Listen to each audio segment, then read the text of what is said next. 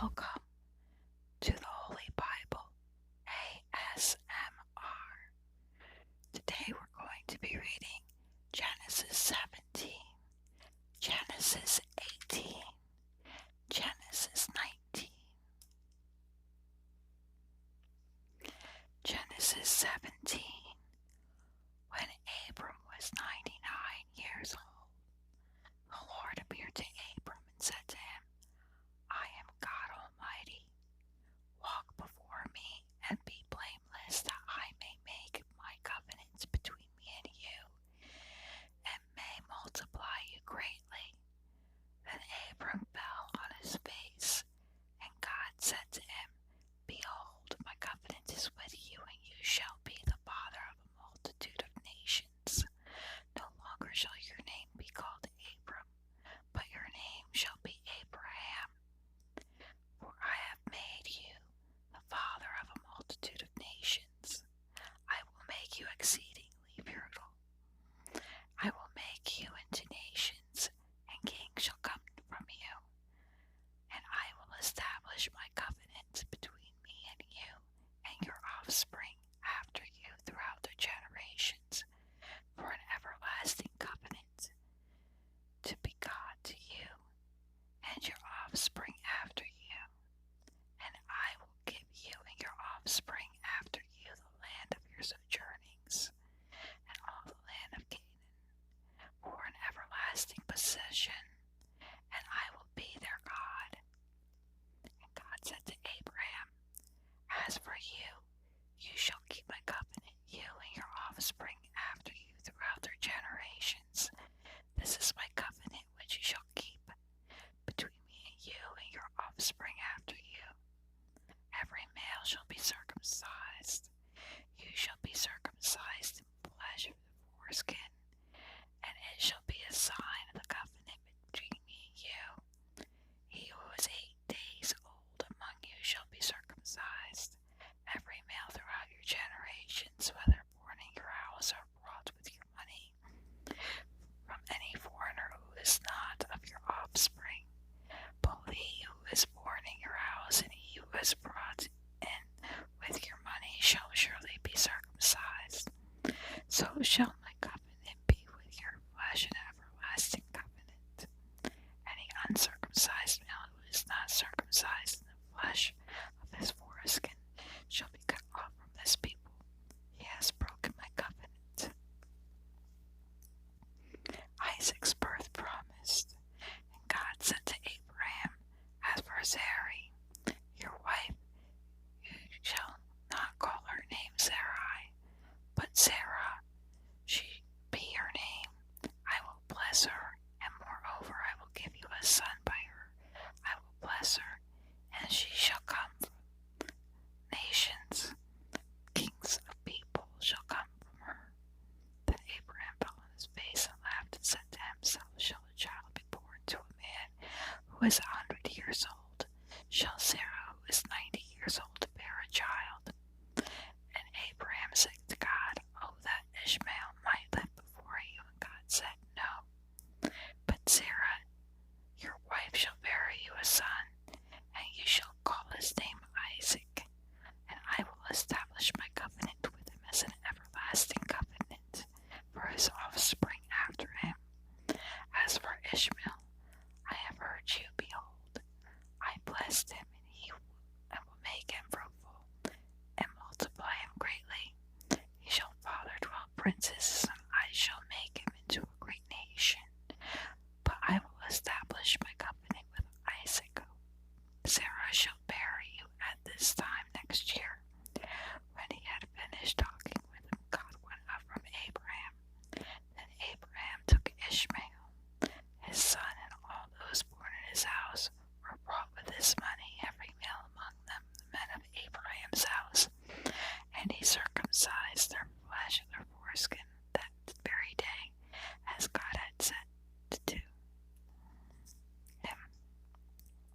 Abraham was 99 years old when he circumcised in the flesh of his foreskin, and Ishmael his son was 13 years old when he was circumcised in the flesh of his foreskin.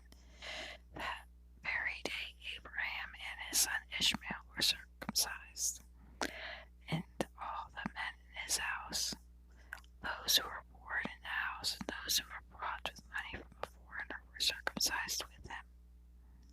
Genesis 18. And the Lord appeared to him by the oaks of Mamre, as he sat at the door of his tent in the heat of the day. He lifted up his eyes and looked, and behold, 3 men were standing in front of him. When he saw them, he ran from the tent door to meet them and bowed himself to the earth and said, O Lord, if I have found favor in your sight, do not pass by your servant.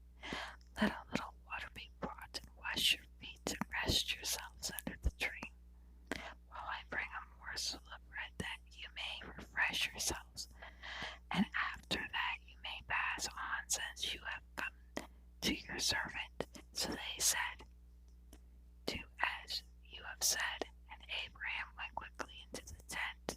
To Sarah he said, Quick, 3 seahs of fine flour, knead it and make cakes. And Abraham ran to the herd and took a calf tender and good, and gave it to the young man, who prepared it quickly. And he took curds and milk and the calf that he had prepared, and set it before them. And he stood by them under the tree while they ate. They said to him, Where is Sarah your wife? And he said, She is in the tent. The Lord said, I will surely return to you about this time next year, and Sarah your wife shall have a son. And Sarah was listening at the tent door behind him. Now Abraham and Sarah were old, advanced in years. The way of woman had ceased to be with Sarah. So Sarah laughed to herself, saying, After I am worn out, and my Lord is old, shall I have pleasure? And the Lord said to Abraham, Why did Sarah laugh and say, Shall I indeed bear a child now that I am old? Is anything too hard for the Lord? At the appointed time I will return to you about this time next year, and Sarah will have a son. But Sarah denied it, saying, I did not laugh, for she was afraid. And he said, No, but you did laugh. Then the men set out from there, and they looked down toward Sodom, and Abraham went with them to set them on their way. And the Lord said, Shall I hide from Abraham what I am about to do, seeing that Abraham shall surely become a great and mighty nation, and all the nations of the earth be blessed in him? For I have chosen him, that he may command his children and his household after him to keep the way of the Lord, by doing righteousness and justice, so that the Lord may bring to Abraham what he has promised him. And the Lord said, Because of the outcry against Sodom and Gomorrah is great, and their sin is very grave, I will go down to see whether they have done altogether according to the outcry that has come to me, and if not, I will know. So the men turned from there and went toward Sodom, but Abraham stood before the Lord. And Abraham drew near and said, Will you indeed sweep away the righteous with the wicked? Suppose there are 50 righteous in the city. Will you then sweep away the place and not spare for 50 righteous who are in it? Far be it from you to do such a thing, to put the righteous to death with the wicked, so that the righteous fare as the wicked. Far be that from you. Shall not the judge of the earth do what is just? And the Lord said, If I find at Sodom 50 righteous in the city, I will spare the whole place for their sake. Abraham answered and said, Behold, I have undertaken to speak to the Lord. I, who am but dust and ashes, suppose 5 of the 50 righteous are lacking. Will he destroy the whole city for a lack of 5? And he said, I will not destroy it if I find 45 there. Again he spoke to him and said, Suppose there are 40 found there. And he said, For the sake of 40 I do not do it. He said, Oh, let not the Lord be angry, and I will speak. Suppose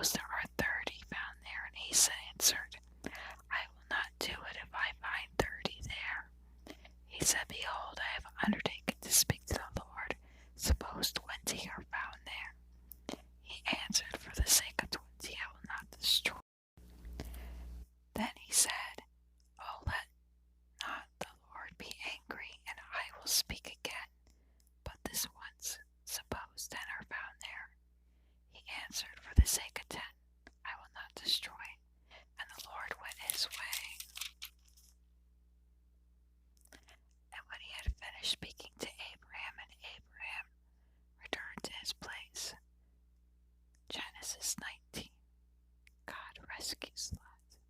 The two angels came to Sodom in the evening, and Lot was sitting in the gates of Sodom. When Lot saw them, he rose to meet them, and he bowed himself with his face to the earth, and he said, "My lords, please turn aside to your servant's house and spend the night and wash your feet. Then you may rise up early and go on your way." They said, "No, we will spend the night in the town square." But he pressed them strongly, so they turned aside to him and entered his house.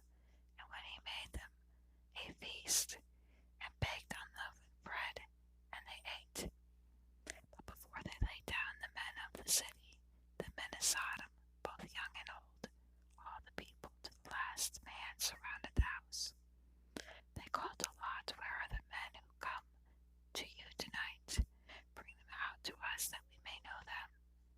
Lot went out to the men at the entrance and shut the door after him, and he said, "I beg you, my brothers, do not act so wickedly. Behold, I have two daughters who have not known any man. Let me bring them out to you, and do to them as you please. Only do nothing to these men, for they have come under the shelter of my roof." But they said, "Stand back." And they said, "This fellow came to sojourn, and he has become the judge. Now we will deal worse with you than with them." And they pressed hard against the man Lot and drew near to breaking the door down. But the men reached out their hands and brought Lot into the house with them and shut the door. And they struck with blindness the men who were at the entrance of the house, both the small and great, so they wore themselves out, groping for the door. Then the men said to Lot, "Have you anyone else here, sons-in-law, sons, daughters, or anyone you have in the city? Bring them out of this place, for we are about to destroy this place, because the outcry against its people has become great before the Lord, and the Lord has sent us to destroy it."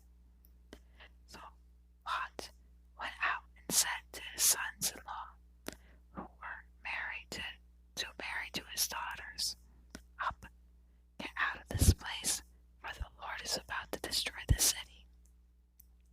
But he seemed to his sons-in-law to be jesting. As warning to all the angels, urged Lot, saying, "Up, take your wife and your two daughters who are here, lest you be swept away in the punishment of the city." But he lingered. So the men seized him and his wife and his two daughters by the hand, and the Lord being merciful to him, and they brought him out and set him outside the city. As they brought them out, one said, "Escape for your life. Do not look back or stop anywhere in the valley. Escape to the hills, lest you be swept away." And Lot said to them, "Oh no, my lords, behold, your servant has found favor in your sight, and you have shown me great kindness in saving my life. But I cannot escape to the hills, lest the disaster overtake me and die. Behold, this city is near enough to flee to. It is a little one. Let me escape there. Is it not a little one? And my life will be saved." He said to him, "Behold, I grant you this favor also, that I will not overthrow this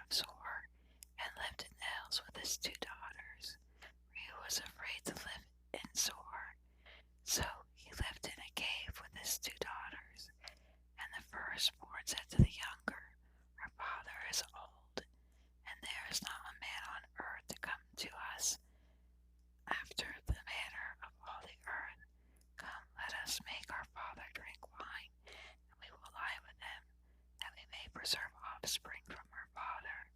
So they made their